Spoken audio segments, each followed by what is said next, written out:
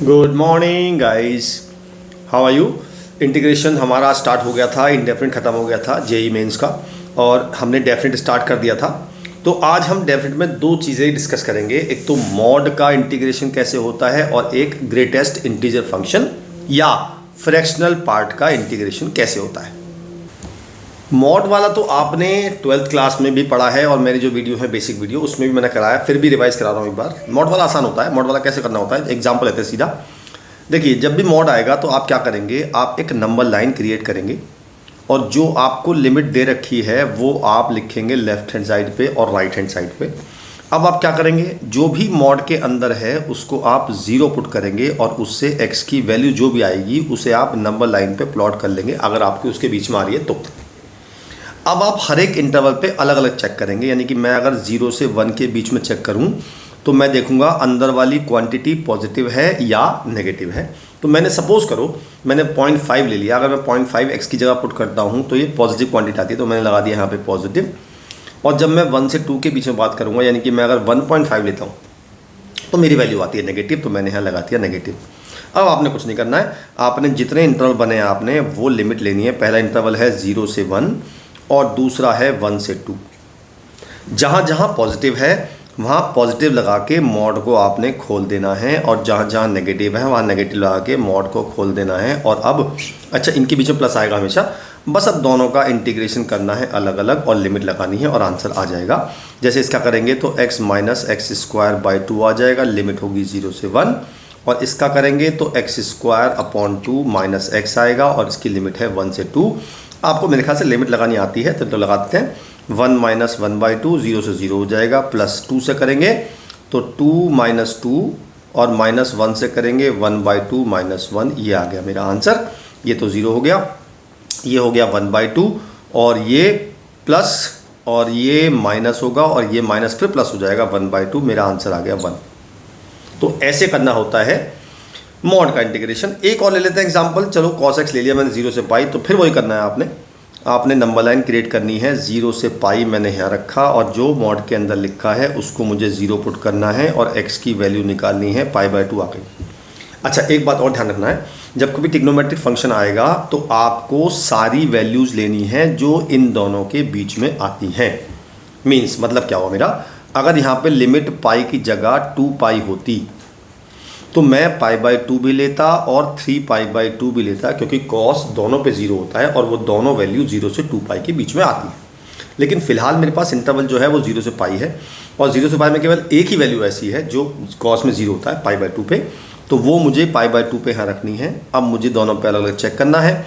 जब मैं 0 से π/2 की बात करूँगा तो फर्स्ट क्वाड्रेंट होता है, वहाँ पे cos होता है पॉजिटिव और सेकेंड क्वाड्रेंट में cos होता है नेगेटिव। फिर से वही करेंगे, एक लिमिट होगी 0 से π/2 और एक होगी π/2 से पाई।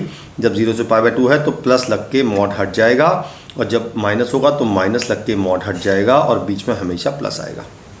बस अब आपको इसका इंटीग्रेशन करना है। इसका इंटीग्रेशन sin x, लिमिट होगी 0 से π/2 और यहाँ माइनस आ जाएगा और ये sin x और लिमिट होगी पाई से, मतलब π/2 से पाई। लिमिट लगाएंगे sin π/2 1 माइनस 0 और sin पाई 0 माइनस 1, तो ये 2 आंसर आ जाएगा। इसे कहते हैं मॉड का इंटीग्रेशन। ये बड़ा आसान होता है, ठीक है जी। अब हम बात करेंगे ग्रेटेस्ट इंटीजर फंक्शन की, GIF की या फ्रैक्शनल पार्ट की। अच्छा, फ्रैक्शनल पार्ट जो होगा उसको मैं अलग से नहीं पढ़ाऊंगा। क्यों? क्योंकि जब भी आपके पास कोई फ्रैक्शनल पार्ट आएगा तो उसको आप लिख लेंगे x minus greatest integer function of x, ये इसका फॉर्मूला होता है। तो ग्रेटेस्ट इंटीजर फंक्शन जब भी फ्रैक्शनल पार्ट आएगा तो आपको अलग से उसको याद करने की ज़रूरत नहीं है, तो उसे आपको हमेशा चेंज करना है x minus box of x में। अब बॉक्स ऑफ x का इंटीग्रेशन करना है तो उसके लिए मुझे लगता है कि आपको ग्राफ ज़रूर आना चाहिए, है ना। पहले बेसिक समझते हैं, बेसिक इंटीग्रेशन, बेसिक GIF क्या होता है। अगर इसके अंदर वैल्यू किसी भी दो इंटीजर के बीच में है, मान लो मैं ले लूँ 2.75 या 2.5, तो इसकी वैल्यू लेंगे हम 2, हमेशा लेफ़्ट वाली लेते हैं। मतलब अगर x की वैल्यू 0 से 1 के बीच में है तो बॉक्स ऑफ x की वैल्यू होगी 0, और अगर x की वैल्यू 7 से 8 के बीच में है तो बॉक्स ऑफ x की वैल्यू होगी 7। और अगर x की वैल्यू ही 7 है, मतलब कोई इंटीजर है, तो आपको कोई टेंशन लेने की ज़रूरत नहीं है, इसकी वैल्यू 7 ही हो जाएगी। ठीक है। अच्छा, अब इसका ग्राफ कैसे बनता है? अब ये तो बॉक्स ऑफ एक्स था, मान लो बॉक्स ऑफ साइन एक्स आ गया या बॉक्स ऑफ एक्स स्क्वायर आ गया, ठीक है। तो एक्स स्क्वायर की बात तो बाद में करेंगे, पहले साइन एक्स की बात कर लेते हैं। अगर मुझे sine x box of sine x का ग्राफ बनाना है, तो वैसे तो मैंने ग्राफ की पूरी वीडियो बनाई हुई है, आप उस पर चेकआउट कर सकते हैं। लेकिन अगर आपको बॉक्स ऑफ साइन एक्स का ग्राफ बनाना तो पहले आप बनाएंगे साइन एक्स का ग्राफ। साइन एक्स का ग्राफ सबको पता है क्या होता है, ये साइन एक्स का ग्राफ होता है। अब जब बॉक्स ऑफ किसी भी बॉक्स का ग्राफ बनाओगे तो आप क्या करोगे, एक तो ये जीरो पे तो लाइन खींची हुई होती है, आप हर एक इंटीजर लाइन खींचेंगे। जैसे यहाँ तो 1 पे तो यही आती है 1, क्योंकि ये 1 ही होती है ना, पता है ना आपको, ये 1 ही होती है। तो जब ये ऐसे जाती है तो 1 पे ही जाती है ये। और यहाँ भी बनाएंगे -1 पे, हर एक इंटीजर बनाएंगे, 0 माइनस जब तक कि ग्राफ है हमारा। अब हम चेक करेंगे कि मेरा ग्राफ 1 को कहाँ काट रहा है, यहाँ पे काट रहा है। तो 0 से लेके 1 तक ये वाला ग्राफ हो जाएगा जो इसकी शेडो बनेगी। 1 से 2 तक ये भी ग्राफ सेम होगा। अच्छा, अब बात करते हैं यहाँ से यहाँ तक की। तो इसमें शेडो बनी यहाँ से यहाँ तक, तो इसका वैल्यू हो जाएगी -1, यानी कि ये वैल्यू हो जाएगी -1 और ये वैल्यू हो जाएगी +0। यानी कि अगर x की वैल्यू 0 से पाई के बीच में है तो जो बॉक्स ऑफ साइन x है इसकी वैल्यू हो जाएगी 0, और अगर x की वैल्यू पाई से 2 पाई के बीच में है तो बॉक्स ऑफ x की वैल्यू हो जाएगी -1। तो आपको जब भी बॉक्स ऑफ x का ग्राफ बनाना है, अंदर कुछ भी है, तो आपको हमेशा y की वैल्यू 0, 1, 2, 3 ऐसे ही ब्रेक करते रहना है। और जब भी ग्राफ काटेगा, एक और लेते हैं एग्जांपल, चलो मान लो मुझे बनाना है y = बॉक्स ऑफ x³ का ग्राफ बनाना है। तो मुझे पता है x³ का जो ग्राफ होता है वो कुछ इस तरह से होता है। अब मैंने 1 पे बनाया, ये तो हो गई 1 वैल्यू, फिर मैंने बनाया 2 पे, फिर बनाया 3 पे, फिर बनाया 4 पे। अब सोचो जरा 1 वैल्यू कहाँ होगी, अब सोचो इसकी वैल्यू 1 कहाँ होगी, 1 पे होगी, तो ये वैल्यू हो गई 1। अब सोचो इसकी वैल्यू 2 कहाँ पे होगी, मतलब x³ अगर मैं 2 रख दूँ तो x की वैल्यू आएगी 2 की पावर 1/3। तो ये जो वैल्यू होगी ये होगी 2 की पावर 1/3, ये होगी 3 की पावर 1/3। तो 0 से 1 के बीच में तो ग्राफ मेरा ये हो गया यहाँ से यहाँ तक। अब मैं 1 से 2 के बीच, 1 से यहाँ तक की बात करूँ तो इसकी वैल्यू आएगी 1। फिर मैं यहाँ से लेके यहाँ तक की बात करूँ तो वैल्यू आएगी 2। तो बेसिकली ये सारा फंडा इसी का ये है कि आपको 1, 2, 3 हर एक पे इंटीजर ब्रेक करना है और देखना है वैल्यू कहाँ से कहाँ तक आ रही है। अगर 0 से 1 है तो 0 हो जाएगी, 1 से 2 है तो 1। ठीक है जी, चलिए सीधा लेते हैं। अब जैसे देखो ये क्वेश्चन आया, मैं इसको फ्रैक्शनल पार्ट भी लिख सकता हूँ, एक ही बात है। अगर फ्रैक्शनल पार्ट आ गया तो मैं क्या करूँगा, मैं ये करूँगा -1 से 1 x को अलग कर लूँगा और -1 से 1 बॉक्स ऑफ x को अलग कर लूँगा। अगर सिंपल बॉक्स ऑफ x है तो आपको सिंपल ये देखना है कि जो भी वैल्यू बॉक्स के अंदर है वो वैल्यू यहाँ से लेके यहाँ तक कितने इंटीजर में आएगी। अब यहाँ से यहाँ तक तो केवल एक इंटीजर बैठेगा 0, तो मैं इसका तो सीधा सीधा इंटीग्रेशन कर दूंगा x²/2, लिमिट लगा दूंगा -1 से 1। अब हम बात करते हैं इसकी, तो इसके बीच में एक इंटीजर आता है 0, तो मैं इसे ब्रेक करूंगा -1 से 0 और 0 से 1। -1 से 0 अगर x की वैल्यू है तो बॉक्स ऑफ x की वैल्यू क्या होगी, बताओ फटाफट जरा। वेरी गुड, -1, तो मैंने इसे लिख दिया -1 dx, और 0 से 1 में 0 होगी 0 dx, और बीच में प्लस आना ही है, तो 0 dx वाला तो 0 ही हो गया। तो इसका लिमिट लगाएंगे तो 1/2 -1/2, ये तो 0 ही हो जाएगा। आगे चलते हैं, माइनस, जब -1 लेंगे प्लस हो जाएगा, और x पे लगाएंगे -1 से 0, तो ये तो 0 हो गया। मेरा आंसर आ गया 0 - -1, आंसर आ गया 1। तो मेरी इस पूरे की वैल्यू आ गई -1। ठीक है, हालांकि ये मैंने बताया आपको फ्रैक्शनल पार्ट भी इसको लिख सकते हैं, क्योंकि मैंने फॉर्मूला बताया आपको, ये फ्रैक्शनल पार्ट होता है। आगे चलते हैं, अगला है, देखो फ्रैक्शनल पार्ट आ गया अब की बार, तो अब की बार हम इसे फिर ब्रेक कर लेंगे।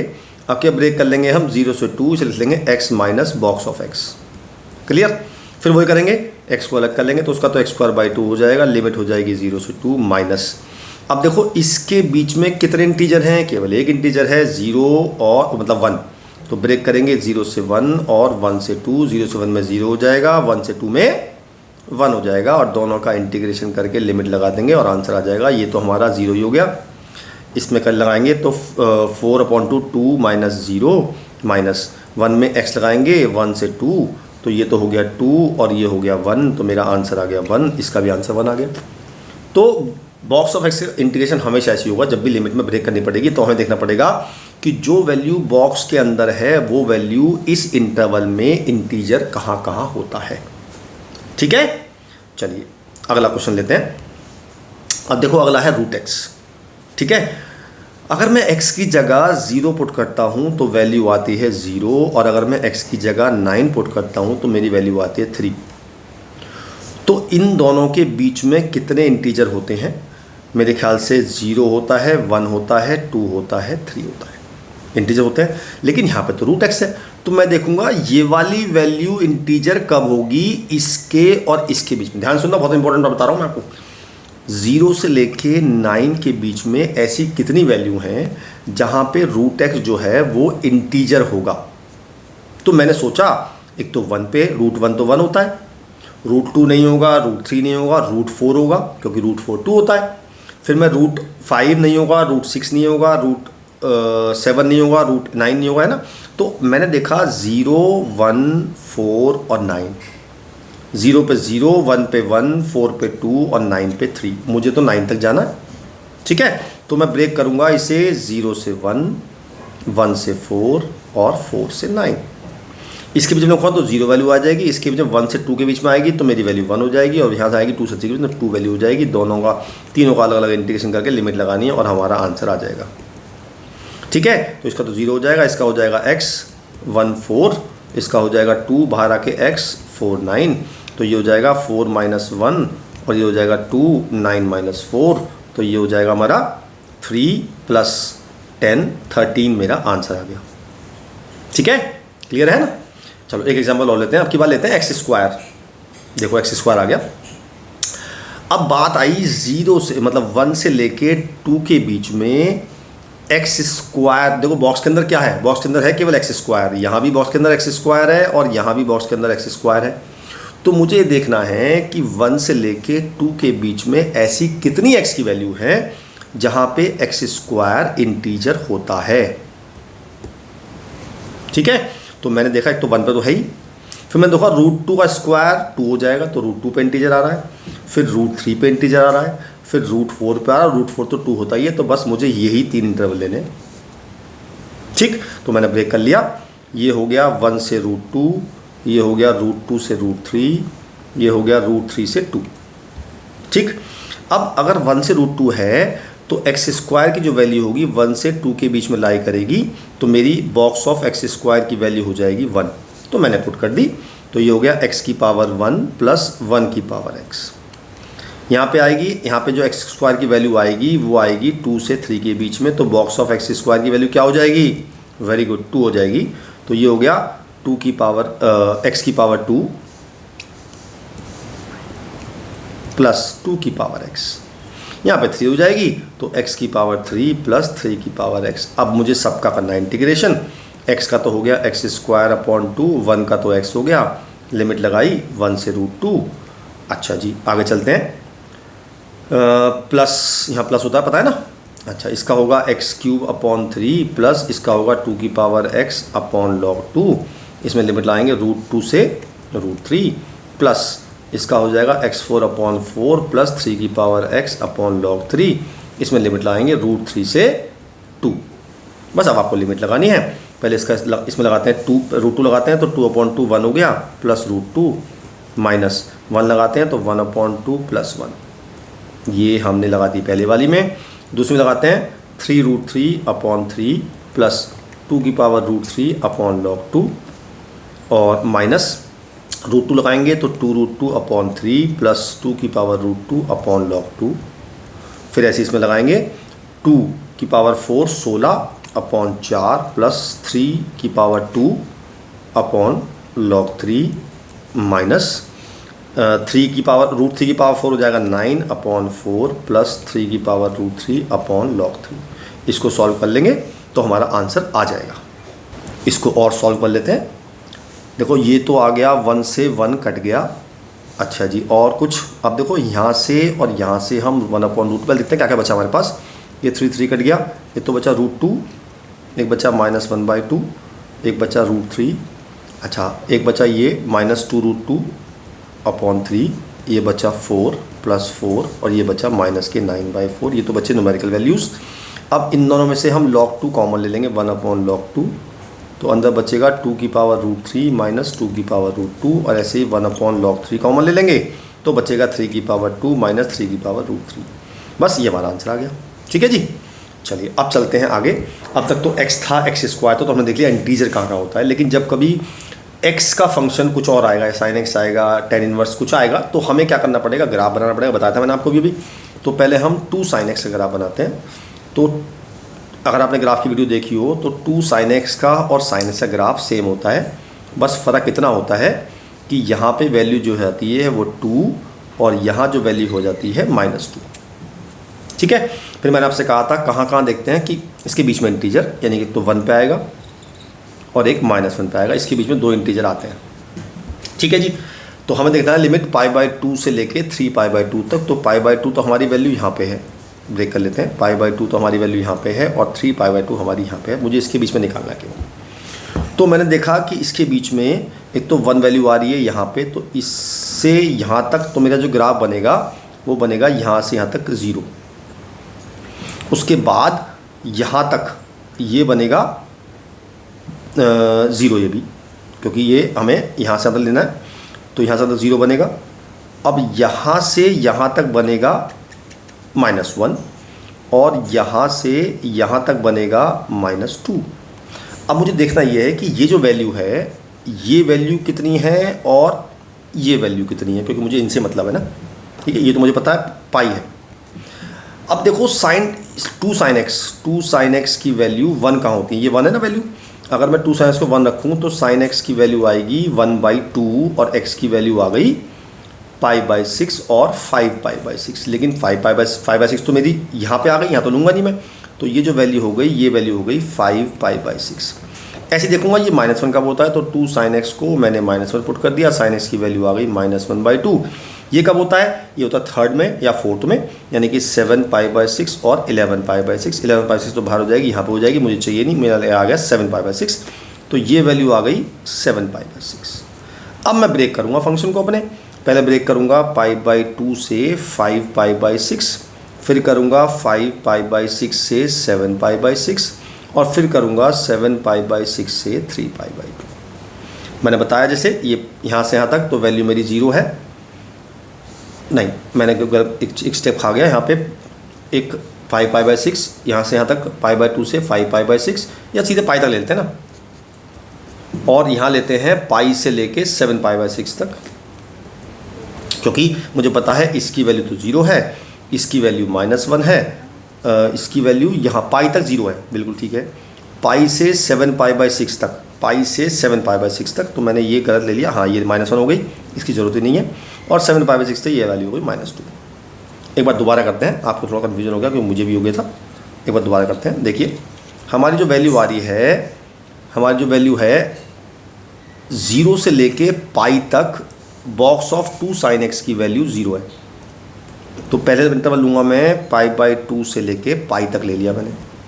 उसके बाद पाई से लेके 7π/6 तक वैल्यू -1 है। तो पाई से 7π/6 तक वैल्यू -1 है और फिर 7π/6 से वैल्यू 3π/2 तक -2 है। तो ये 0, ये -1 और ये -2। बस अब करना है मुझे इंटीग्रेशन। ये तो 0 ही हो गया, तो ये हो गया -x में लिमिट लगाई पाई से 7π/6 प्लस -2 ले लेंगे, -2 ले लेंगे, x में 3π/2 और यहाँ 7π/6। बस माइनस कर देते हैं, तो ये आ जाएगा 7π/6 माइनस पाई -2, 3π/2 -7π/6। इसको और सॉल्व करते हैं, इसका एलसीएम लेंगे तो मेरा आएगा 7π -6π और इसका एलसीएम लेंगे 6, तो यहाँ आ जाएगा 9π -7π। तो ये आ जाएगा माइनस के π/6 -2, ये आ जाएगा 2π/6। तो ये हो गया माइनस के π/6 और ये हो गया माइनस के 4π/6। तो ये हो गया माइनस के 5π/6। देखते हैं आंसर क्या आ रहा है। कुछ तो गड़बड़ करी है हमने। हाँ जी, गड़बड़ मुझे दिख गई। इस क्वेश्चन को शुरू से करते हैं, दोबारा से सब कुछ दोबारा करेंगे। My bad, sorry for that. हमने फिर गड़बड़ कर दी। ग्राफ दोबारा बनाएंगे, सब कुछ दोबारा करेंगे। तो आपको और क्लियर होगा अच्छे से, क्योंकि मुझे भी कन्फ्यूजन हो गया। तो पहले बनाते हैं हम 2 sin x का ग्राफ। 2 sin x का ग्राफ हमारा सिंपल बनेगा, ऐसे ऐसे बनेगा। ये वैल्यू होगी 2 और ये वैल्यू होगी -2। हमारा लेना है मुझे π/2 से लेके और 3π/2 तक। तो यहाँ जो वैल्यू मैं लूँगा, एक तो लूँगा 1 और एक लूँगा -1। तो हमने एक गलती ये की थी कि जब हम यहाँ तक लेंगे तो वैल्यू मेरी क्या होगी, वैल्यू होगी मेरी 1। हाँ, अब आई बात समझ में। और यहाँ से यहाँ तक होगी 0, यहाँ से यहाँ तक होगी -1 और यहाँ से यहाँ तक होगी -2। ये वैल्यू बताई थी मैंने आपको 5π/6, ये बताई थी पाई, और ये बताई थी 7π/6, और ये बताई थी 3π/2, है ही पता है मुझे। तो अब हम जो ब्रेक करेंगे वो हमारा अलग से ब्रेक होगा। अब जो ब्रेक फंक्शन होगा हमारा, दोबारा कर लेते हैं, ये सब गलत हो गया, अब सही करेंगे। तो पहला ब्रेक करेंगे हम, लिमिट π/2 से 5π/6, वैल्यू आएगी 1। फिर करेंगे 5π/6 से पाई, ये वैल्यू आएगी 0। फिर करेंगे पाई से 7π/6, वैल्यू आएगी -1। और ये करेंगे -2, ये आएगी 7π/6 से 3π/2। ये दोनों सही थे हमारे, एक गलती हो गया था हमारा, ये तो 0 हो गया है ना। तो अब हम करते हैं इंटीग्रेशन और साथ साथ लगाते हैं लिमिट। तो मेरा हो गया, ये 1 का होगा तो सीधा सीधा x हो जाएगा, तो 5π/6 -π/2, ये 0 हो ही गया। ये -1 हो जाएगा, 7π/6 -पाई, ये -2 हो जाएगा, और 3π/2 -7π/6। ठीक है, राइट। चलो अब सबका एलसीएम लेते हैं। ये हो जाएगा पाई, 6 एलसीएम लेंगे तो -π/6 आ जाएगा, ये आ जाएगा π/6, और ये -2 इसका एलसीएम लेंगे तो 9 - 2π/6। बस अब π/6 एलसीएम ले लेंगे तो ये आ जाएगा -पाई और -4π, तो ये आ जाएगा -6π/6 -पाई, मेरा आंसर आ गया। ठीक है, देखो अभी भी गड़बड़ कर दी हमने, अभी भी गड़बड़ ये कर दी, यहाँ प्लस साइन नहीं माइनस आ गया था, ठीक तो है। तो ये हो गया हमारा 5π/6 से π/2, इसका एलसीएम लेंगे 6 आएगा, तो 5π -3π, देखो यहाँ पे 2π/6 आएगा, तो मैंने मिस्टेक कर दी, 2π/6 आएगा यहाँ पे। तो यहाँ हो जाएगा प्लस के 2, तो ये हो जाएगा मेरा माइनस के 3π/6 यानी कि -π/2 मेरा आंसर आ गया। अब ये सही आंसर है, राइट। तो कैलकुलेशन मिस्टेक हो रही थी, सॉरी, माय बैड। नेक्स्ट है, बहुत बढ़िया क्वेश्चन है वाला। मुझे tan इनवर्स x का बॉक्स का इंटीग्रेशन करना है, 0 से 100 लिमिट है। आपको पता है tan इनवर्स x की डोमेन क्या होती है, किसको पता है? Yes, all real values. और पता है रेंज क्या होती है इसकी?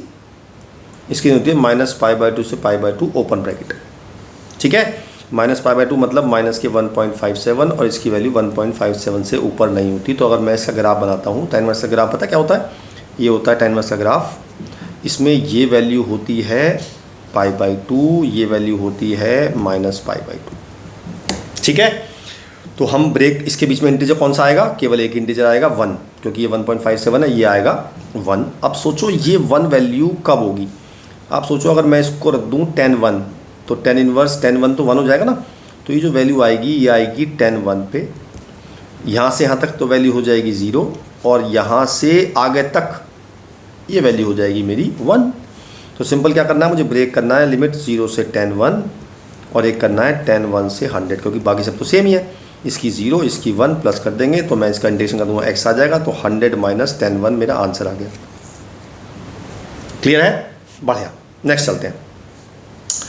अब जो ग्राफ है, अब देखो फिर ग्राफ काम आएगा हमारे, ये इसका बॉक्स है ना, mod sin x plus mod cos x का ग्राफ है। तो पहले मैं sin x का ग्राफ बताता हूँ।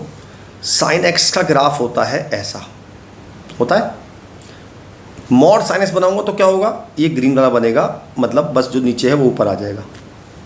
अब सोचो अगर मैं sin स्क्वायर x का बनाता हूँ,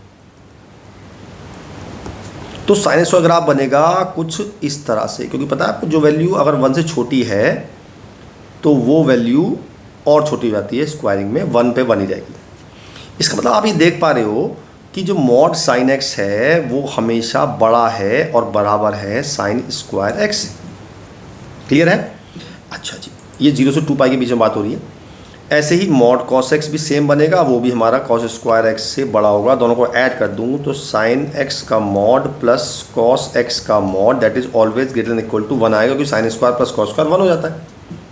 ठीक है, अच्छा अब बात करते हैं इस पूरे की वैल्यू मैक्सिमम वैल्यू कितनी होती है? आपको पता है mod sine x plus mod cos x की मैक्सिमम वैल्यू ये पता होनी चाहिए, √2 होती है। हमने बताया था आपको पिछली वीडियो में कि ए ट्रिग्नोमेट्री में A sine x plus B cos x अगर होगा तो इसकी वैल्यू होगी √a² plus b² maximum value. तो इसका मतलब मैं देख पा रहा हूँ कि mod sine x plus mod cos x की जो वैल्यू है वो 1 से लेके √2 के बीच में लाई करती है ना। तो अगर 1 से √2 के बीच में लाई करती है तो अगर मैं इस पर बॉक्स लगा दूंगा तो इसकी वैल्यू क्या हो जाएगी? यस, इसकी वैल्यू हो जाएगी 1। तो आपने कुछ नहीं करना है, इसकी जगह 1 पुट कर देना है, ठीक है। बस 1 पुट कर दिया और लिमिट है 0 से 2 पाई और ये 1 पुट हो गया, इसका इंटीग्रेशन लगाया, x हो गया 2 पाई माइनस 0, आंसर आ गया 2 पाई, ठीक है। तो यहाँ थोड़ी सी ट्रिक लगी, तो मुझे देखना था कि sine square x plus cos square x 1 होता है, तो मुझे इसकी मिनिमम वैल्यू निकालनी थी। इसलिए मैंने ग्राफ बनाया कि साइन स्क्वायर एक्स हमेशा नीचे होता है साइन एक्स के, और कॉस स्क्वायर एक्स भी नीचे होता है कॉस एक्स के, राइट है। चलिए एक और क्वेश्चन कर लेते हैं। अगला है, इसमें प्रॉपर्टी काम आएगी। अगर मैं आपने प्रॉपर्टी नहीं पढ़ी है तो बता देता हूँ मैं आपको। प्रॉपर्टी होती है एन के और ये एम के हो और कोई भी फंक्शन हो तो मैं इसको m माइनस एन 0 से k फंक्शन लिख सकता हूँ, ऐसी एक प्रॉपर्टी है। क्लियर है?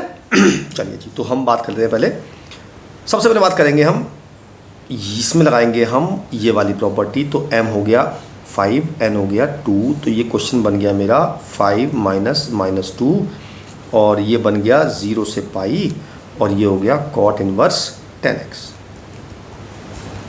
ठीक है जी। तो बाहर आ गया 7 और 0 से पाई हो गया कॉट इनवर्स। अब मैं कॉट को मुझे चेंज, कॉट इनवर्स से कॉट हटाना है तो मैंने इसको दूंगा कॉट π/2 माइनस x,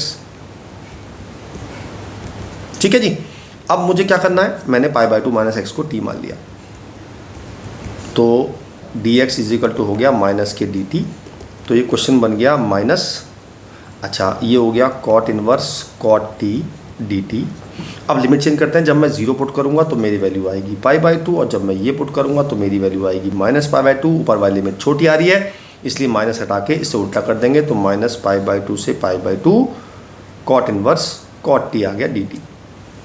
क्लियर है? अच्छा, आपको पता होना चाहिए कि कॉट इनवर्स की रेंज होती है 0 से पाई।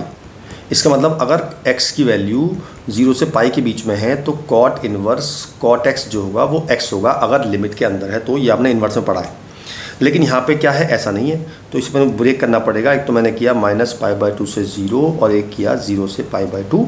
जब 0 से π/2 है तो रेंज में है, पता है मुझे, तो ये सीधा हट जाएगा, t आ जाएगा, ये तो पूरा हट जाएगा, केवल t बचेगा। लेकिन ये रेंज में नहीं है। अब इसका हिसाब रेंज में बनाते हैं। अगर मुझे कॉट इनवर्स कॉट t है और t की वैल्यू है t की जो वैल्यू है वो है माइनस π/2 से 0, तो मुझे रेंज बनाने के लिए इसमें प्लस पाई करना पड़ेगा, क्योंकि अगर मैं दोनों में प्लस पाई कर दूंगा तो मेरी रेंज आ जाएगी, वो आ जाएगी π/2 से पाई, जो कि रेंज में होता है।